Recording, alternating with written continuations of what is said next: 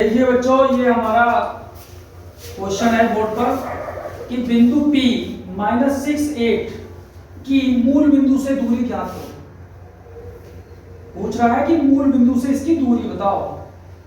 तो हम जानते हैं दूरी का सूत्र क्या होता है। दूरी का सूत्र क्या होता है? दो बिंदुओं के बीच की दूरी का सूत्र।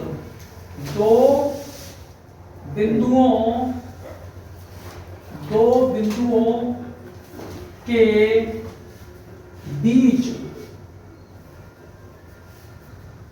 की दूरी बराबर होती है √x2 - x1 का whole square plus y2 - y1 का होल स्क्वायर। दो बिंदुओं के बीच की दूरी बराबर क्या होती है? x2 - x1 का whole square plus y2 - y1 का होल स्क्वायर। अब हमारे पास देखिए क्वेश्चन में क्या दिया है? एक ही बिंदु दिया है। बिंदु क्या दिया है? एक ही बिंदु दिया है।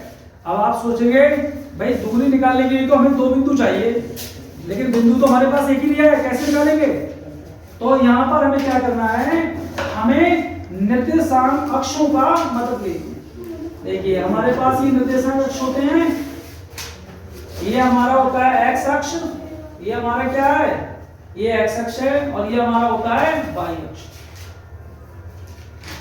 पिछले वीडियो में हम बता चुके हैं, ये हमारा होता है पॉजिटिव डायरेक्शन x अक्ष की दिशा में, यानी x अक्ष की राइट हैंड साइड में जाते हैं तो हमें प्लस मिलता है, और लेफ्ट हैंड में जाते हैं तो हमें नेगेटिव मिलते हैं, नेगेटिव। और ऊपर को जाते हैं तो y अक्ष पे हमें पॉजिटिव मिलता है, और अगर नीचे आते हैं तो y डायरेक्शन में हमें नेगेटिव साइन के साथ हमें निर्देशांक प्राप्त होते हैं। और जहां पर ये दोनों एक्सिस काटते हैं, इसको हम क्या कहते हैं? मूल बिंदु। मूल बिंदु, ये हमारा क्या है? मूल बिंदु। ये हमारा मूल बिंदु है। ये हमारा मूल बिंदु है, मूल बिंदु। और इसके निर्देशांक होते हैं 0 0। बस अगर आपको ये पता है कि मूल बिंदु, वो पूछ रहा है बिंदु P -6 और 8 है कि मूल बिंदु से दूरी ज्ञात कीजिए, तो हमें पता क्या लग गया? मूल बिंदु के निर्देशांक क्या होते हैं? मूल बिंदु के निर्देशांक, मूल बिंदु के निर्देशांक क्या होते हैं? 0 0। ये हमें याद करना था। तो ये मूल बिंदु है, मूल बिंदु के निर्देशांक 0 0 होते हैं। अब देखिए बिंदु हमारा दिया है -6 और 8, तो माइनस यानी x की माइनस दिशा में जाएंगे। कितना जाएंगे? 6 जाएंगे। x के माइनस डायरेक्शन में हम कितना जाएंगे? 6 जाएंगे। देखिए x की माइनस डायरेक्शन ये है, 6 जाएंगे।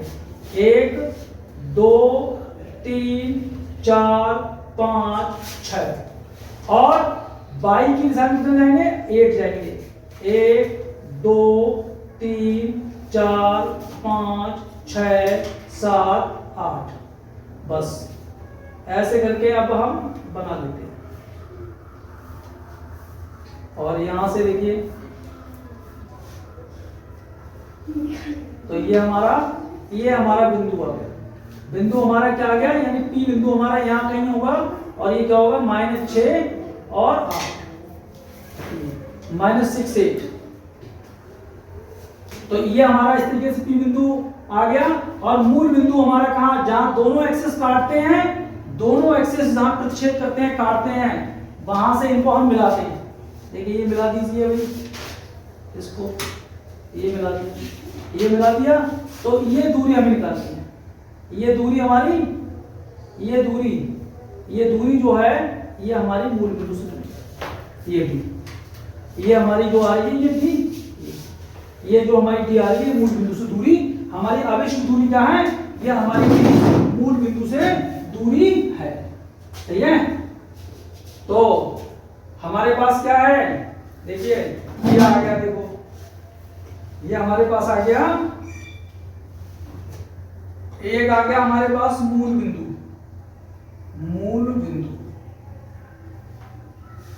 0 0, और एक आ गया पी बिंदु, पी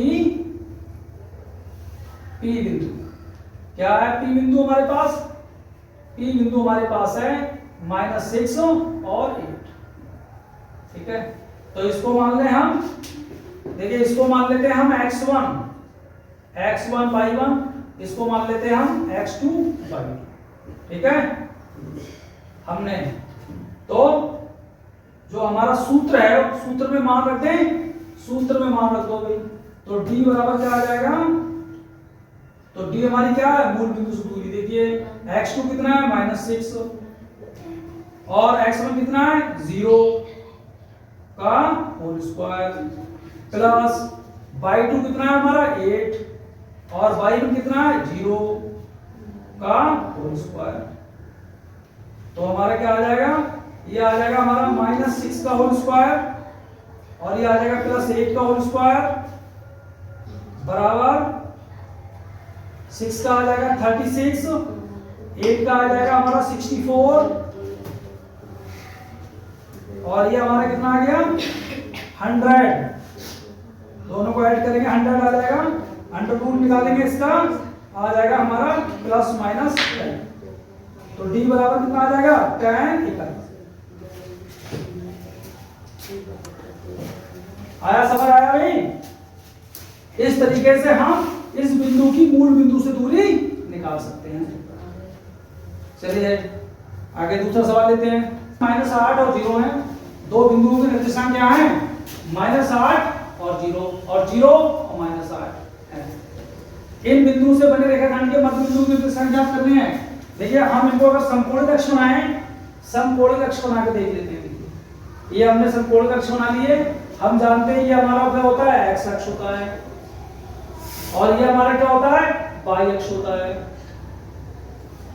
देखिए ऊपर वाला हमारा वाई अक्ष और नीचे वाला एक्स अक्ष, और ये हमारा क्या होता है? ये मूल बिंदु होता है। अभी ये मूल बिंदु है, ओ क्या है हमारा? मूल बिंदु, मूल बिंदु। और मूल बिंदु के निर्देशांक क्या होते हैं हमारे? 0 0 होते हैं। मूल बिंदु के निर्देशांक 0 0 होते हैं, ठीक है। ये बात हमें पता है। इधर को हमारा क्या होता है? पॉजिटिव डायरेक्शन होती है। इधर को ऊपर को जाते हैं तो भी हमारा पॉजिटिव रहता है, नीचे आते हैं तो हमारा नेगेटिव रहता है डायरेक्शन, और इधर नीचे की डायरेक्शन में आता है तो भी हमारी दूरी जो होती है नेगेटिव में आती है, सही है। जो हमारा एक्स अक्ष होता है उसको हम, एक्स अक्ष के निर्देशांक होते हैं उनको हम भुज कहते हैं, और वाई अक्ष के निर्देशांक को हम कोटि कहते हैं। एक्स अक्ष के निर्देशांक, एक्स अक्ष के निर्देशांक हमारे क्या कहलाते हैं? एक्स अक्ष के निर्देशांक, एक्स अक्ष के निर्देशांक हमारे कहलाते हैं भुज। एक्स अक्ष के निर्देशांक हमारे भुज कहलाते हैं, भुज। और वाई अक्ष के निर्देशांक क्या कहलाते हैं? वाई अक्ष, वाई अक्ष के निर्देशांक, वाई अक्ष के निर्देशांक हमारे कहलाते हैं, वाई अक्ष निर्देशांक कहते हैं हमने कोटि, कोटि, सही है। तो हमारे कोटि और भुज, अगर पूछ लेता है कभी कभी भुज क्या है कोटि क्या है, तो एक्स अक्ष का निर्देशांक हमारा, एक्स अक्ष का निर्देशांक क्या है हमारा? भुज, और वाई अक्ष का निर्देशांक हमारा कोटि। अंग्रेजी में बात करें, अंग्रेजी में बात करें तो इसको कहते हैं हम एब्सिसा, एब्सिसा, एब्सिसा, एब्सिसा, और इसको कहते हैं हम ऑर्डिनेट, ऑर्डिनेट, ऑर्डिनेट, और इसको एब्सिसा। तो भुज और कोटि, तो इस तरीके से इसे क्या कहते हैं? भुजाक्ष। इसे क्या कहते हैं? भुजाक्ष, सही है। तो हमारा अगर हम बिंदु की स्थिति देखें, बिंदु की स्थिति हम जान कर लें, तो देखिए ये हमारा भुज है, ये हमारा भुज है, ये हमारा कोटि है, ये हमारा कोटि है, ऐसे हमारा यहाँ भुज है और ये हमारा कोटि है। तो ये क्या मतलब है इसका? देखिए यहां पर हमारा कोटि 0 है, कोटि 0 है, और भुज कितना है? माइनस का है। तो कोटि, इसका मतलब ये बिंदु कहां है? इसका मतलब है ये बिंदु हमारा x यानी एक्स अक्ष पर माइनस दिशा में, ऋणात्मक दिशा में, एक्स अक्ष की ऋणात्मक दिशा में क्या क्या कहेंगे इसे, एक्स अक्ष की